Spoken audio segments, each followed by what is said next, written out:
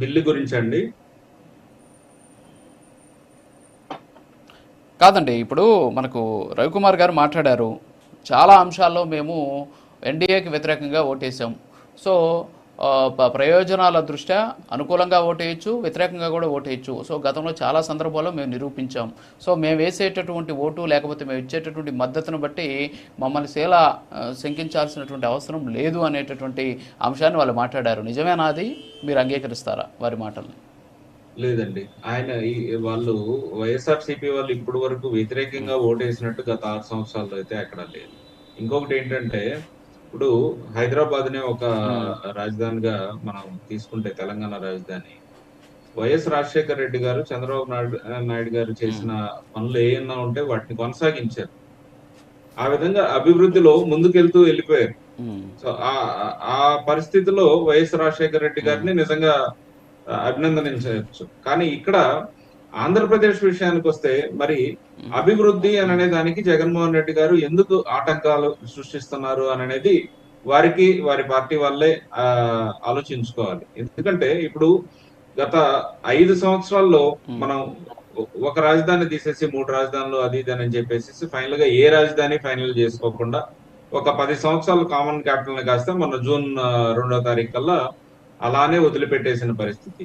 ఇప్పుడు కూడా సరే 10 సంవత్సరాల తర్వాత ఇప్పుడు ఒకటి అభివృద్ధి జరుగుతూ ఏదో అందరి దగ్గర నుంచి సహాయం పొందుతూ బీజేపీ వారి దగ్గర నుంచి సెంట్రల్ నుంచి పర్మిషన్స్ అన్ని తీసుకొని వారి దగ్గర నుంచి సహాయ సహకారాలన్నీ తీసుకొని ముందుకెళ్తుంటే వీటికి మళ్ళీ తప్పుడు ఈమెయిల్స్ కానీ తప్పుడు మనుషులతోటి కంప్లైంట్లు ఇప్పించడం కానీ లేదు అని అంటే ఈ టీసీఎస్ లాంటి సంస్థలకి మనం ఇప్పుడు ఒక సంస్థ వస్తేనే ఆ చుట్టుపక్కల ఇంకొక కొన్ని సంస్థలు రావడానికి ఉపాధి అవకాశాలు పెరగడానికి ఒక మంచి మార్గం సుగమం అవుతుంది. అలాంటిది వాటిల్లో కూడా వీళ్ళకి సంబంధించిన వాళ్ళతోటి హైకోర్టుకి వెళ్ళి వీళ్ళకి 99 పైసలకు ఎలా భూమి ఇస్తారు, ఇట్లాంటి ఈ ఆటంకాలు సృష్టించేటట్లుగా మరి ఎందుకు చేస్తున్నారు? ఆంధ్రప్రదేశ్ అంటే ఎందుకు వైఎస్ఆర్సీపీకి అంత కక్ష అనేది వారే ఒకసారి ఆలోచించుకోవాలి. వాళ్ళు ఒకసారి మంచి చేస్తున్నప్పుడు వాళ్ళు మద్దతు ఇచ్చారంటే వాళ్ళు కూడా ఆ మంచిలో భాగస్వామ్యంలో ఇండైరెక్ట్ గా అవుతారు.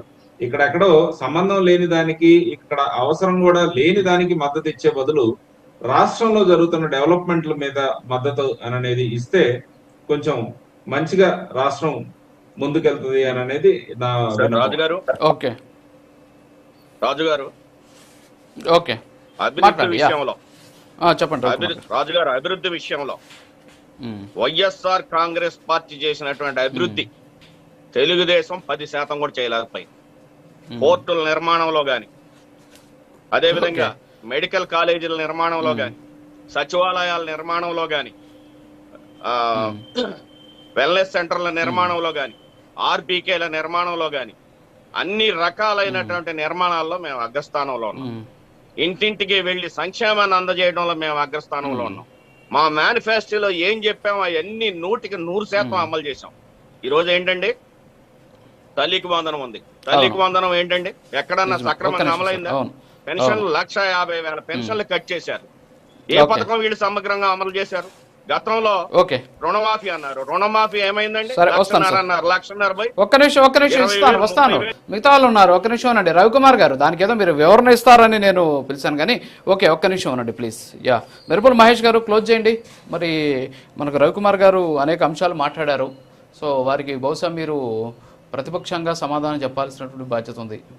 అదే నాకు అర్థం కాలే రాజు గారు. ఇప్పుడు అసలు అంతా చేసేసాము, అంత డెవలప్మెంట్ చేసేసాము, ఎవరో కట్టిందంట, పోర్ట్లు కట్టారంట. రెండోది ఏంటంటే మెడికల్ కాలేజీలు అంట, సెంట్రల్ స్కీమ్స్.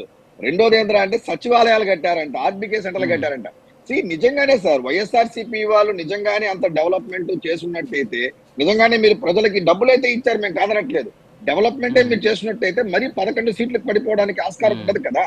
సో నాకు తెలిసి వైఎస్ఆర్సీపీ ప్రతినిధి ఎవరైతే ఉన్నారో మేబీ ఇప్పుడు ప్రెసెంట్ లో ప్రభుత్వంలో ఉన్నట్టున్నాము, మేము ఇప్పుడు కూడా అన్ని చేస్తున్నాము, వాళ్ళు అది చేయట్లేదని మాట్లాడుతున్నారు తప్ప నాకైతే మాత్రం ఆ అన్న మాట్లాడుతుంటే పెద్దగా నాకైతే పెద్ద స్పందించాలని అనిపించలేదు. సో వన్ థింగ్ సార్, ఈ రోజు వైఎస్ఆర్సీపీ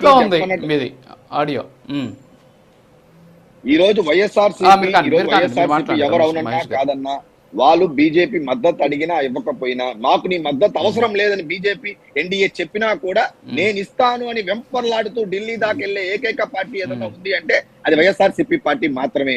వీళ్ళు ఎంత తక్కువగా రాష్ట్ర ప్రయోజనాలు, దేశ ప్రయోజనాలు అంటే మాటలు ఎంత తక్కువ మాట్లాడితే అంత మంచిది. చెప్పాలంటే ఎక్కడ అడిగారు కొన్ని బిల్లుల్లో వీళ్ళ యొక్క అవసరం లేకపోయినా మేము ఇస్తామని పరిగెత్తుకుంటా వెళ్ళి ఇచ్చిన సందర్భాలు కోకళ్ళు ఉన్నాయి. అసలు ఏదో క్యాజువల్ గా చెప్పేస్తున్నారు వైఎస్ఆర్సీపీ. రవికుమార్ గారు మీది మ్యూట్ లో ఉంది, మీరు మాట్లాడుతూ ఉన్నారు, మీరు మ్యూట్ లో ఉన్నారు. మీరు అలా సార్ వాళ్ళని ఆంధ్రప్రదేశ్ వాళ్ళు మ్యూట్ చేసి కూడా చాలా కాబట్టి రాజు గారు ఇప్పుడు బీజేపీకి అవసరం లేకపోయినా, ఎన్డీఏకి అవసరం లేకపోయినా వైఎస్ఆర్సీపీకి అవసరం అనే ఉద్దేశంతో వాళ్ళు పలుకుతున్నారు.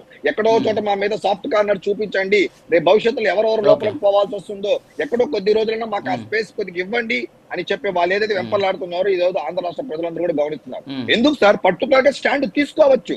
మాకు మీ బీజేపీ స్టాండర్డ్స్ మాకు నచ్చట్లేదు, ఇండి స్టాండర్డ్స్ మాకు నచ్చట్లేదు, మేము స్టాండ్ అలోన్ గానే ఉంటామని చెప్పినప్పుడు మీరు అదే వైఎస్ఆర్సీపీ అంటున్నారు కదా, భారతదేశంలోనే ఏ పార్టీ కూడా లేని తీసుకునేంత విధమైన స్టాండర్డ్స్ మా దగ్గర ఉన్నప్పుడు ఈ రోజు మీరు ఒక స్టాండ్ తీసుకొని మీ పార్టీలో ఎవరన్నా ఒక అభ్యర్థి కూడా ఎవరన్నా కూడా మీరు నామినేషన్ కూడా వేయించి వైఎస్ఆర్సీపీ పార్టీ తరఫున ఇంకొక థర్డ్ ఫ్రంట్ గా కూడా మీరు వెళ్ళొచ్చు. ఎందుకంటే మీరు అటువంటి స్టాండర్డ్స్ మెయింటైన్ చేస్తున్నారని చెప్పి ఇంతకుముందు ఆయన అంటున్నాడు. కాబట్టి ఎలాగో మీకు అత్తోడుగా తెలంగాణలో బీఆర్ఎస్ పార్టీ కూడా ఒక ఏడ్స్ ఉండాలి. కాబట్టి మీరిద్దరు దొందే ఒకటే. కాబట్టి మీరిద్దరు కలుసుకొని కూడా సౌత్ ఇండియాలో మీ తరఫున కూడా ఎవరో ఒక వైస్ ప్రెసిడెంట్ నామినేషన్ ఫామ్ కూడా మీరు వేసి భారతదేశ చరిత్రలో ఇంకొక ట్రాక్ రికార్డు కూడా మీరు తీసుకోవచ్చు.